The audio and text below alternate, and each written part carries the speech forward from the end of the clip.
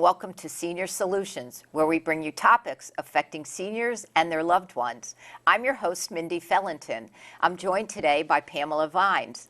And welcome, Pamela. I'm delighted that you're here. Thank you for having me, Mindy. So Pamela is here because I met Pamela recently at an event that I went to, and she was talking about her writing about memoirs and teaching people how to do that.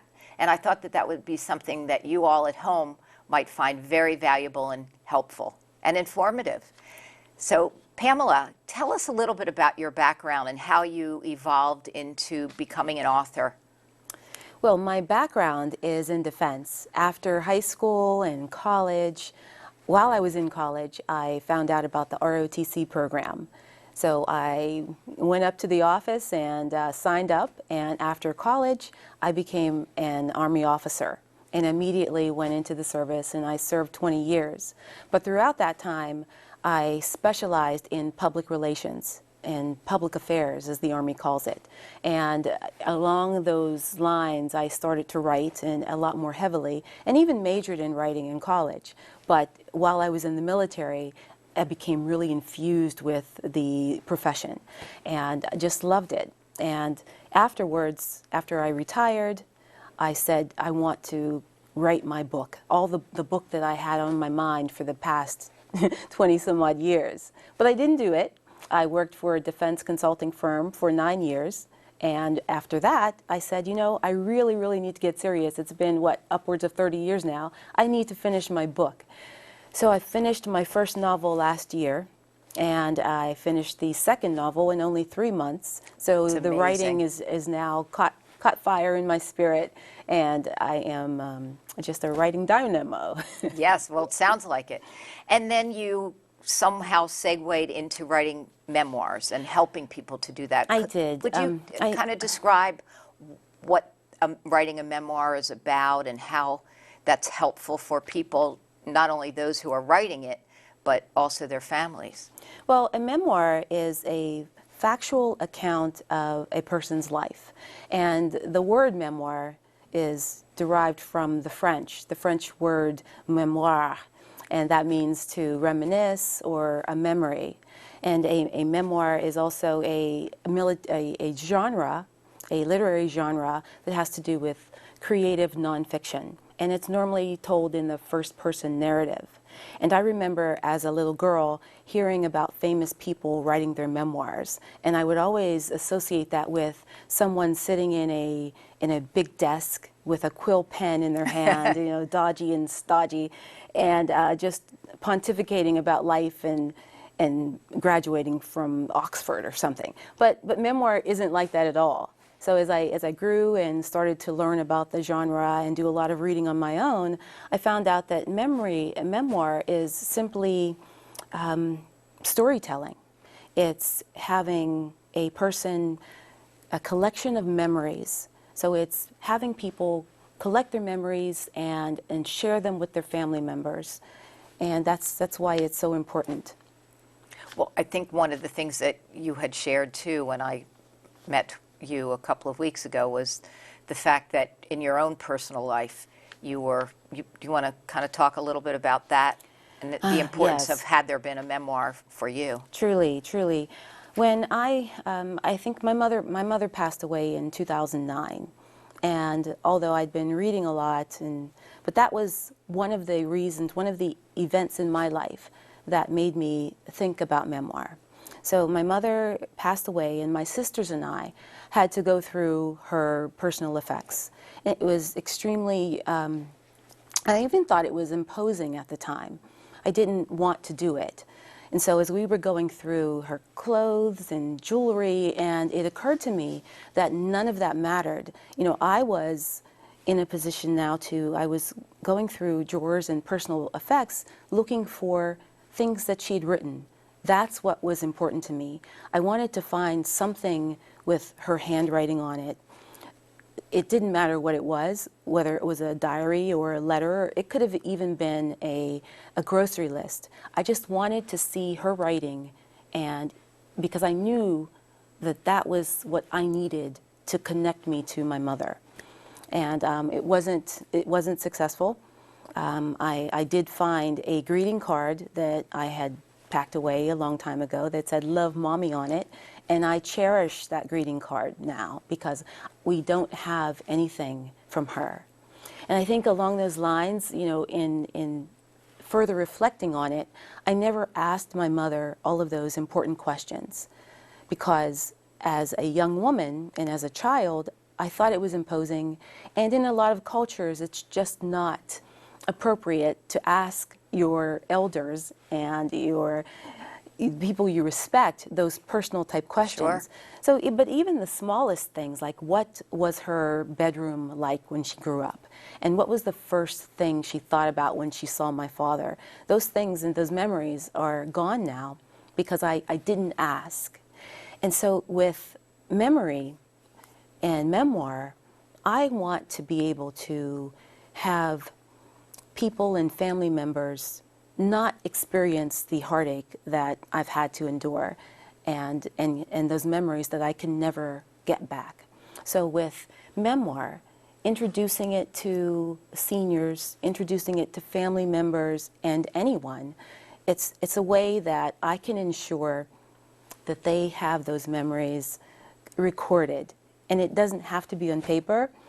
It could even be by voice with a digital recording, but it's something that will bring back and reconnect the person you love with someone that you may lose in the end. So it's memoir is deeply personal to me. And I suppose in the realm of the family dynamic, it's a great legacy or way to advance down through the generations the family history, which It is so unfortunately not memorialized as often as it should, because I share with you the sentiment about the discomfort that I'm sure many of our audience members also have in asking our elders Yes. About their personal life. And the truth of the matter is that they're probably very eager to share that information, but there's some hesitancy that people have. So I think it would be a really good sort of suggestion to take for our audience to ask. Yes. And to overcome that. But maybe the millennials have a different philosophy anyway. It's a whole different world, right? Yes, they are. So how would you recommend they embark on a journey to start working on their memoirs? What would be some suggested first steps? Well, there's a quote by Winston Churchill that says, "I know history will be kind to me because I intend to write it." So, and I think that resonates with me so much because it's true that the very first thing people have to do is think about what history they want to share. Think about those events in their life that have made them happy or were painful. Think about those events and those historical things that they would want to pass on. Perhaps not even history, but even guidance, wisdom that you'd like to leave and pass on about your life and the family and just things that you've learned as a man, things that you've learned as a woman that you think that your grandchildren and other loved ones may benefit from. So it's important to just think about that at the onset, and once you do, then just make a short outline about things that you want to write about. And I know the act of thinking of memoir, thinking of writing a book can seem overwhelming and daunting to some people at first, but it doesn't have to be that large of a project because, for instance, using myself as an example, I would be happy with a 1 page of guidance or sentiment from my mother or my grandmother, but it doesn't have to be a deep project. Grandiose. Right. It could be 5 paragraphs, it could be 5 pages, it could be 50 pages. So whatever someone wants to commit to and think through, then they would just write it down. And that's just probably the easiest way that's point number one, is to start. Yeah, well, Yes. great. And I understand also that you have classes that you I provide. do. Do you want Because to talk a little bit about those? I have a passion for the elders because, with me losing mine, I bond with my elder people, and I also have a passion and patience for children. So the elderly and children are just pure on my heart to help them. And the idea for memoir came along not just for myself, but when I was thinking about people who are in assisted facilities and in churches. They could be senior ministries, but those people are able to commit to a project to write. And so I was thinking, what about putting together a short seminar and an in-depth workshop?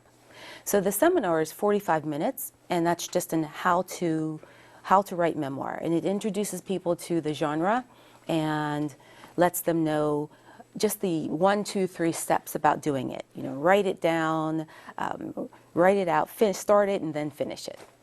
And just getting away those fears. And then the workshop itself is a 6-week extensive program where I go to a facility and sit with a group. Upwards of 5 to 10 people, no more than 12 is ideal, because it's an intimate setting where people talk about their feelings. And it's a setting where we introduce, again, the art of memoir. We talk about getting past that fear of writing, some techniques about how to write, how to get your feelings out, and explain that memoir is more than just writing, I did this, I did that, I did the other. It's about bringing your emotion and your sight and hearing and sensory into what you're writing. So take us back to that time when you were 7 and you broke your arm. Were you outside? Was it springtime? Did you smell the persimmons? Did you, do a hard thud on the grass, or was it concrete? So those kinds of perceptions and memories bring into the story to make it more fulfilling for a person to read later on. So we talk about those things, and we also share each other's work. So when they get homework every week, and when they bring their homework into the group, we take turns reading it and critiquing it and sharing and offering improvements on how they can make their story a little bit better. Wow. So what's the average age of the person who's attending your workshop? It varies, but upwards of between 60 and 70.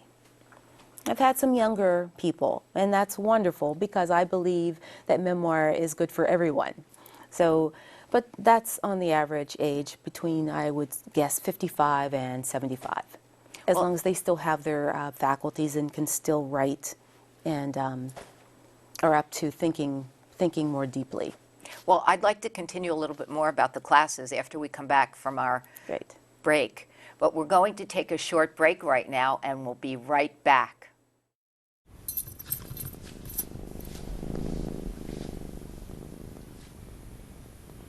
There's a shelter pet who wants to meet you.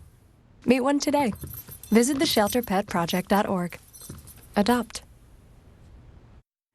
Welcome back to Senior Solutions, where we bring you topics affecting seniors and their loved ones. And I'm your host, Mindy Fellington.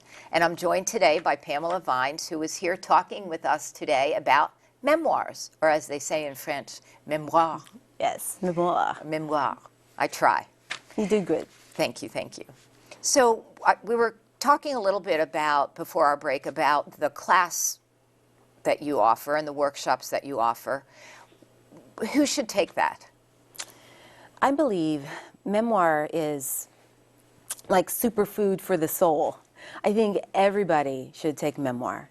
And there's a poem by Paul Laurence Dunbar. He's a poet, and there's one of my favorite poems called "We Wear the Mask," and just a few excerpts from it. It's called "We wear the mask that grins and lies. It hides our cheek and shades our eyes.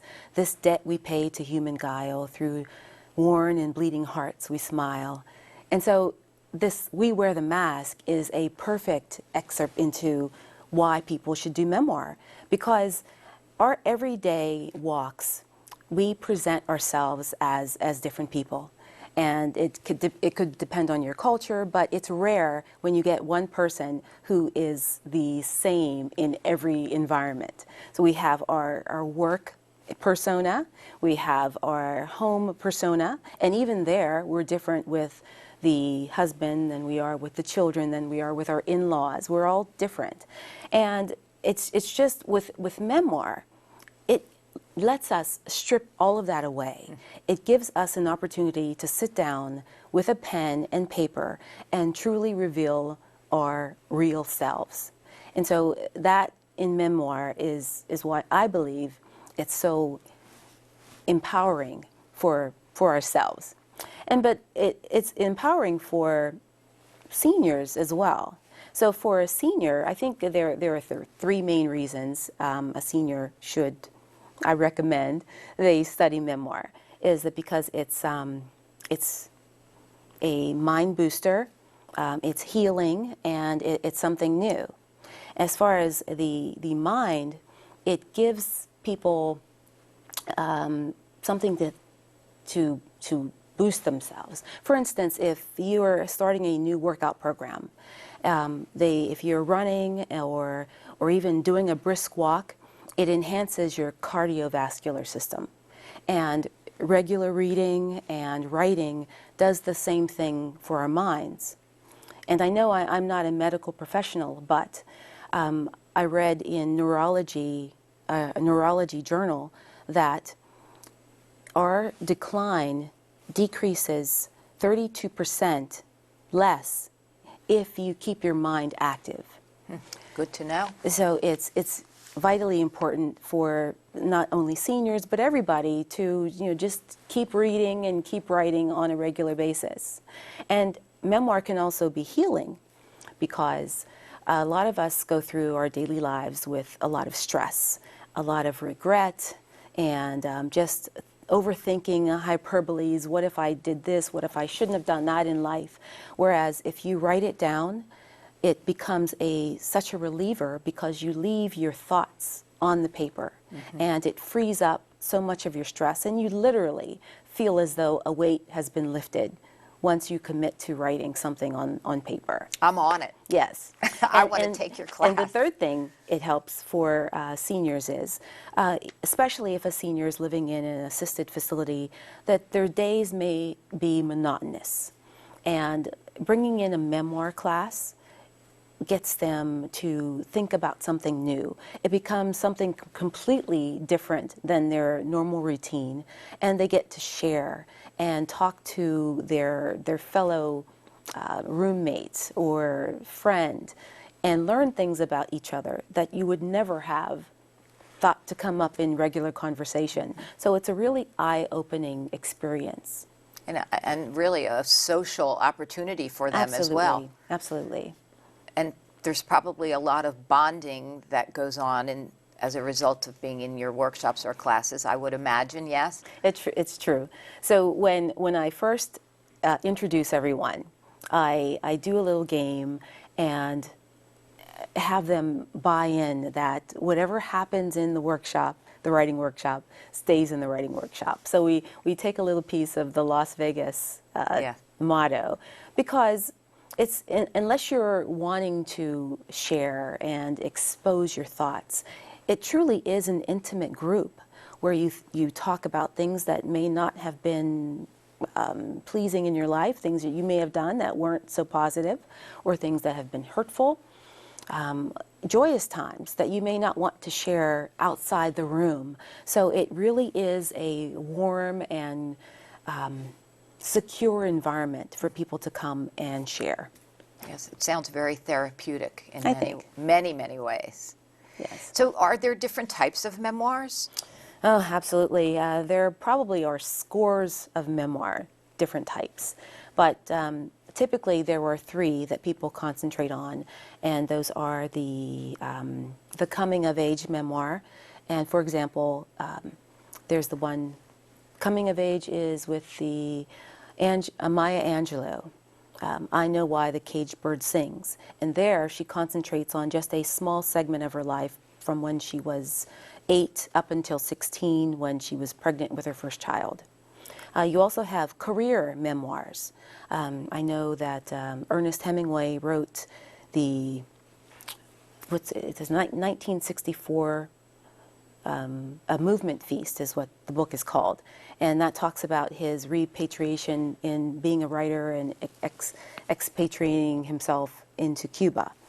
And you also have Stephen King's memoir on writing, and that deals with his trials of a writer, his beginnings, and how he became successful with the hundreds of millions of dollars that he makes. So that's a career memoir. And then you have another one that's very popular is the overcoming an obstacle type of memoir. And Can you give me an example of what that? that would be one of the recent ones. Two recent books is the book named Wild by Cheryl Strayed. And that's where she loses her mother to cancer, and she decides to heal herself by hiking the Pacific Coast Trail all alone. So she does that over a series of months.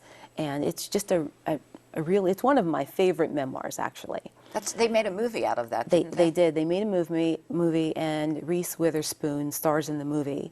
The movie is excellent. It's an excellent rendition of the book, but I recommend the book because you just have to read the book to appreciate Cheryl Strayed's artistic expertise as a writer. She truly takes you there, and it's just beautiful prose, poetic type of writing. So those are the three main types. And so somebody might say, well, is a memoir like a diary? Are they similar? They are similar. There are differences between memoir and an autobiography versus a diary. A diary is like the Diary of Anne Frank. It's a day-to-day account of exactly everything that's going on. So it's only limited by the period of time the person wrote the diary.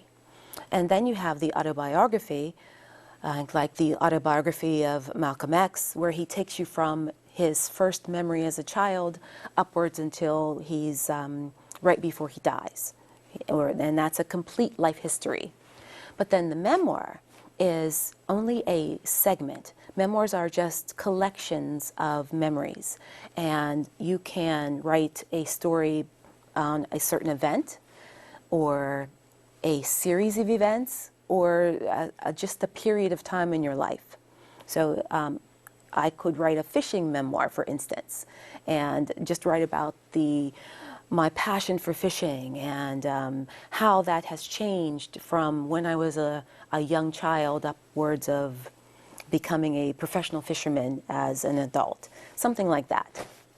And would you say that it's perhaps a bit more descriptive in a memoir setting than a diary? In other words, there's more detail versus a kind of a day-by-day.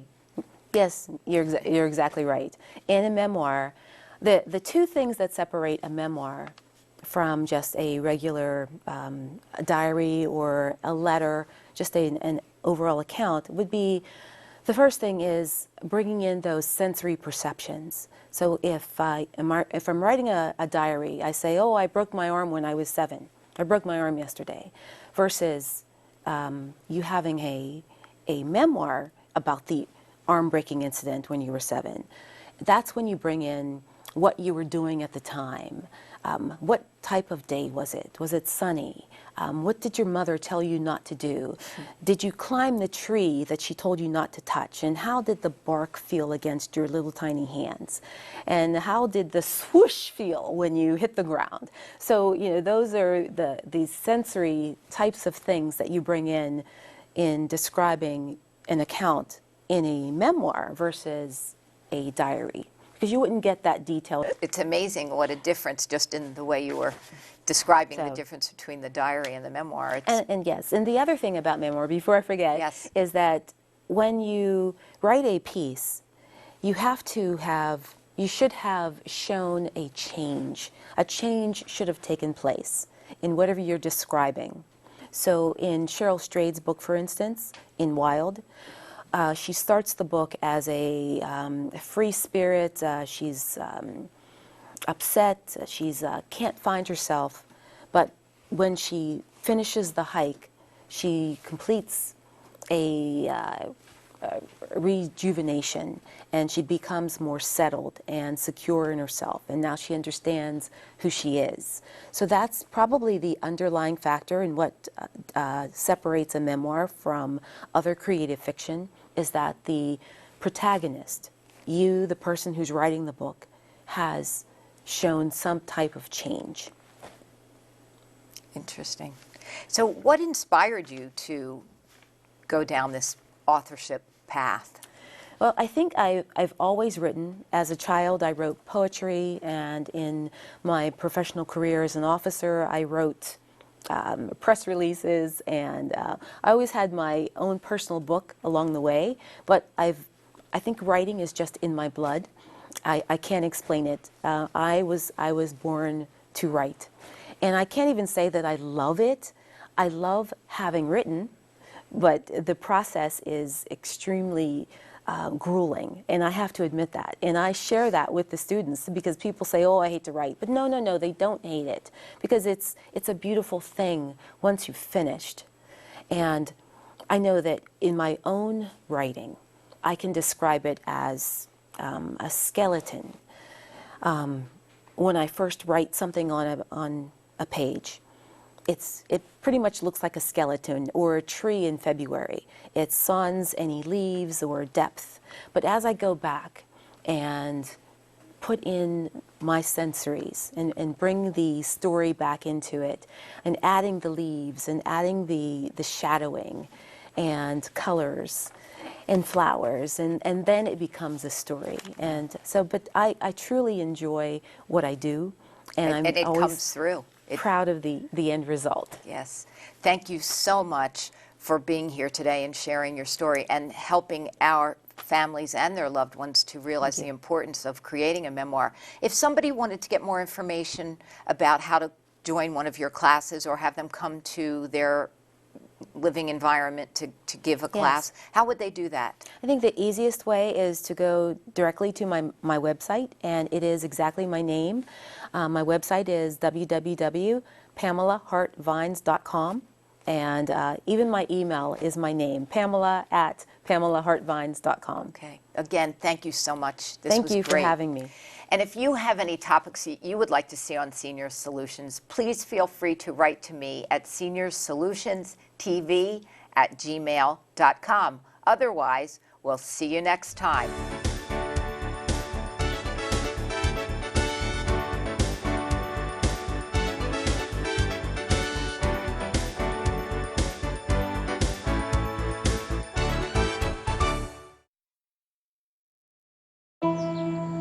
I'm only 17, but I know about investing. Believe in something, buy shares in it, watch it grow. So, what if you could invest in the future? The future of kids, like a stock. Not the kind of stock that's about making money, but a stock for social change. A whole new kind of investment called Better Futures. When you invest, it helps kids go to college.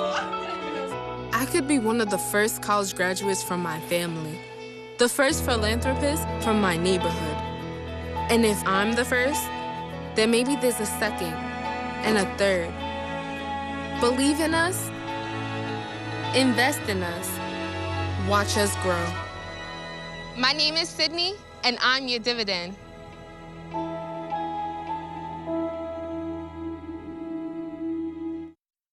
Hey, Mom.